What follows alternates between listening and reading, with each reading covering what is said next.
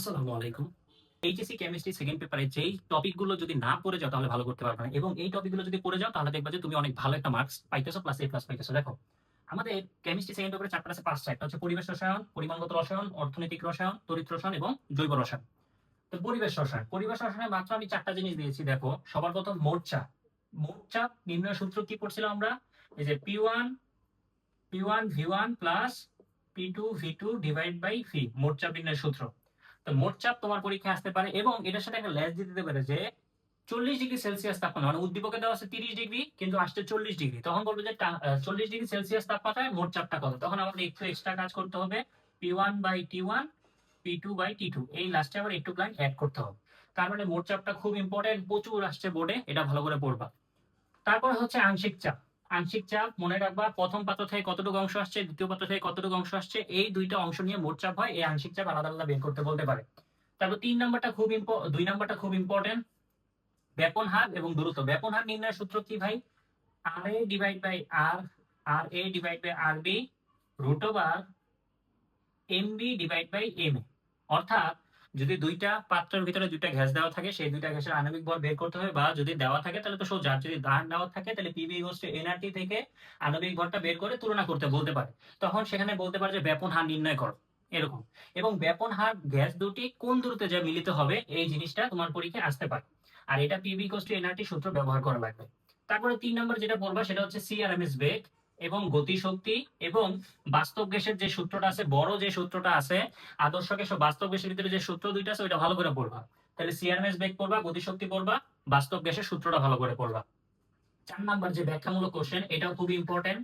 অ্যামাগা রেখা, এই রেখাটা আসতে পারে এরকম, এরকম একটা রেখা আসতে পারে, অ্যামাগা রেখা। বলতে পারে যে উদ্দীপকের গ্যাস দুটির ভিতরে, দুটি তিনটির ভিতরে কোনটি হচ্ছে বাস্তব গ্যাস, কোনটি হচ্ছে আদর্শ গ্যাস। এবং তোমার যদি বলা হয় যে এই যে বাস্তব গ্যাস আদর্শ গ্যাস থেকে বিচ্যুত হওয়ার কারণ কি, অথবা বাস্তব গ্যাস আদর্শ গ্যাসে রূপান্তর করো, এই জিনিসটা ব্যাখ্যার জন্য খুব ইম্পর্টেন্ট। এবং এখানে ব্যাপন হার, এই কয়টা টপিক পড়লে পরিবেশ শোষণ হয়ে যাবে। আর প্রশ্ন যদি অত্যাধিক মাত্রায় কঠিন আসে তাহলে যে জিনিসগুলো আসতে পারে সেটা হচ্ছে বিওডির ম্যাথ আসতে পারে, বিওডির ম্যাথ। আচ্ছা, বিওডির ম্যাথ আসবে, তারপর হচ্ছে নাইট্রোজেন ফিক্সেশনের ব্যাখ্যা আসতে পারে, এসিড বৃষ্টির ব্যাখ্যা আসতে পারে। এই এটার সাথে আরেকটা জিনিস তোমরা পড়বা, সেটা হচ্ছে বিভিন্ন বিজ্ঞানীর এসিড এবং ক্ষার মতবাদ। এই যে এসিড,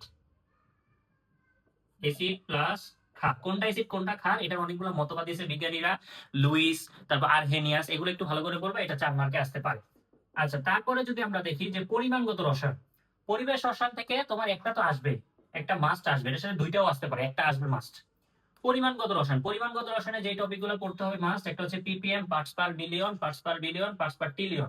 এই ppm এর যাবতীয় সকল টাইপের ম্যাথ করবা। এবং এই পরিমাণগত রসায়ন, পরিবেশ রসায়ন, এই চ্যাপ্টার গুলো একদম ডিটেলস সহকারে আমার MJ ইকুয়েশন এই ইউটিউব চ্যানেলটাতে আপলোড করা আছে, তোমরা অবশ্যই করে নেবে। ppm, ppv, ppt, মনে রাখবা ppm এর ক্ষেত্রে কি হয়, S × m × 10³ ppv এর ক্ষেত্রে কি হয়, S × m × 10⁶। পিপিটি এর ক্ষেত্রে কি হয়, S × m × 10⁹ এই জিনিসগুলো হয়।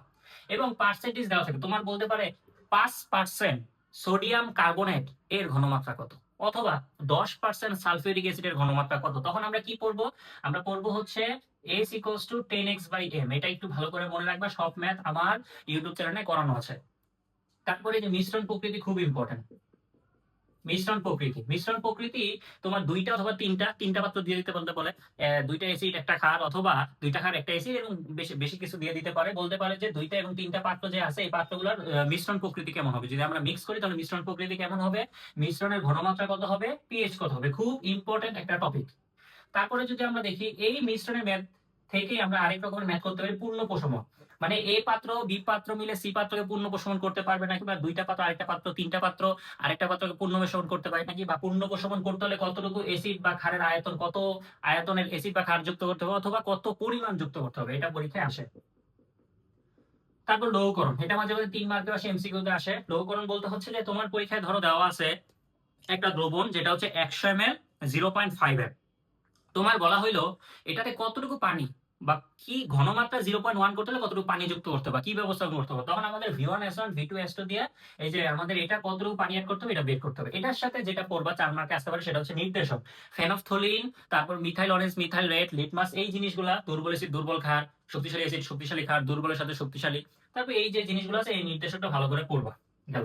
তারপর হচ্ছে জারণ বিজারণ, জারণ বিজারণ খুব ইম্পর্টেন্ট, মাস্ট আসবে। তোমার জারণ বিজারণ যে সমতাকরণ বিক্রিয়াগুলো আছে সেগুলো সব করানো আছে, সেগুলো একটু ভালো করে পড়বা। এবং সেখান থেকে লোহার পরিমাণ নির্ণয়, লোহার ভেজালের পরিমাণ, লোহার বিশুদ্ধতা, এই জিনিসগুলো আসে। এই যে ফেরাস, কপার, এগুলো আসতে পারে। আর কপার আলাদাভাবে যেটা আসতে পারে সেটা হচ্ছে তোমার আয়োডোমিতি। হ্যাঁ, আয়োডোমিতির মাধ্যমে কপার আয়োডিন দ্বারা এগুলো বের করতে বলতে পারে। তো এখান থেকে তোমার 2টা সিকিউ আসবে। কয়টা ভাই? এখান থেকে 2টা সিকিউ আসবে মাস্ট। এবার হচ্ছে আমাদের অর্থনৈতিক রসায়ন। অর্থনৈতিক রসায়নটা খুবই সোজা, জাস্ট খালি একটু ভালো করে পড়ে পড়ে লিখবা। এটার জন্য কি করবা, এটা থেকে কিচ্ছু পড়া দরকার নাই, তুমি জাস্ট খালি পড়বা বিভিন্ন প্রকার শিল্প।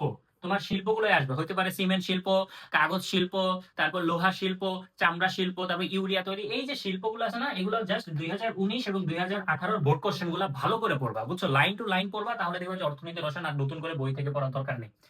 আচ্ছা, এবার হচ্ছে তড়িৎ রসায়ন, এখান থেকে একটা সিকিউ আসবে মাস্ট। আচ্ছা, তড়িৎ রসায়ন, তড়িৎ রসায়নে খুব ছোট জিনিস, W = ZIT, ঘনমাত্রা পরিবর্তন। W সমান ফ্যারাডে যে সূত্রটা আছে, W সমান ZIT, এখান থেকে তোমার W বের করতে বলতে পারে, I বের করতে বলতে পারে, T বের করতে বলতে পারে, বা এই সূত্র এবং পরিমাঙ্ক রসায়নে S সমান 1000 W ডিভাইড বাই MB, এই দুইটা ব্যবহার করে ঘনমাত্রার পরিবর্তন, এটা খুব ইম্পর্টেন্ট আসে। তারপর EMF, হ্যাঁ, EMF টা আসে, ই সেল আসে, ই নট সেল আসে।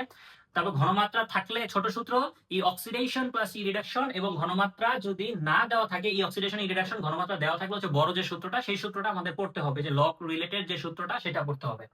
আচ্ছা, এইটা এবং এটার সাথে আসে পাত্রে।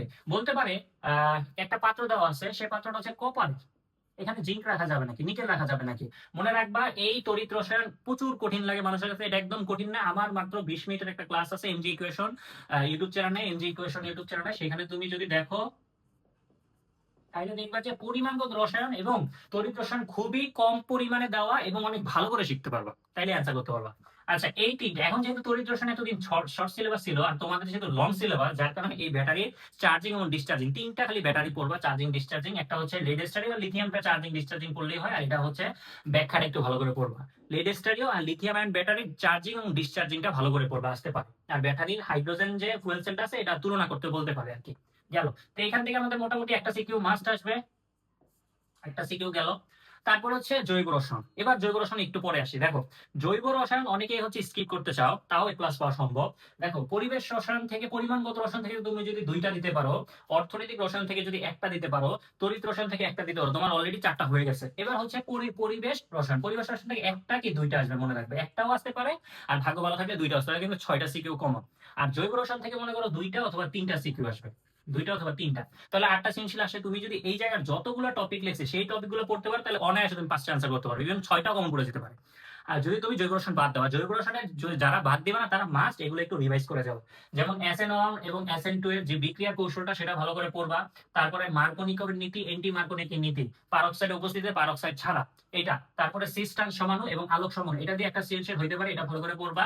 তারপরে হচ্ছে অ্যালডিহাইড এবং কিটোন শনাক্তকরণের যে পার্থক্য আছে সেটা ভালো করে পড়বা।